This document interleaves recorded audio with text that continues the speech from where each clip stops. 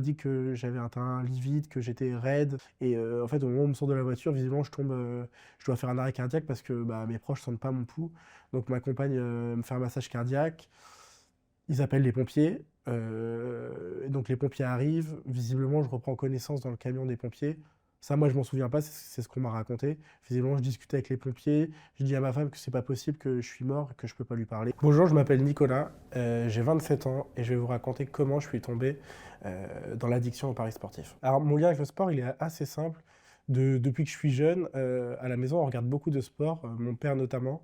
Regardait beaucoup de sport à la télé, il regardait du tennis, du cyclisme, Roland-Garros, le Tour de France. On loupait pas un match de l'équipe de France de football. Et puis moi, je savais pratiquer le foot dès mon plus jeune âge.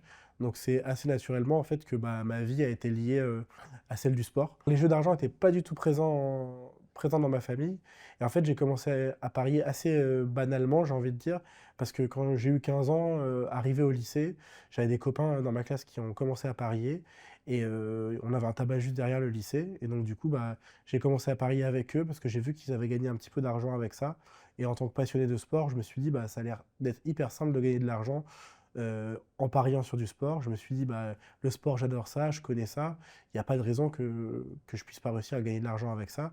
Donc bah, j'ai commencé à parier comme ça, à la sortie du lycée, au tabac derrière le lycée, et puis à celui qui était à mon arrêt de bus. Donc au départ, à cette époque-là, quand je suis au lycée, je sais que si je gagne au-delà de 300 euros sur un seul ticket, ça se passe par virement bancaire et en tant que mineur, je ne pourrais pas le percevoir.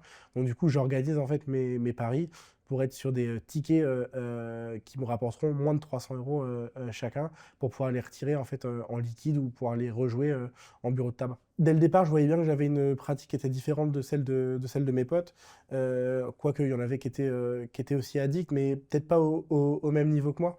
Je voyais bien que que la manière dont je jouais, c'était totalement différent des autres. Et moi, je me disais que je voulais aussi obtenir des choses que les autres ne voulaient pas.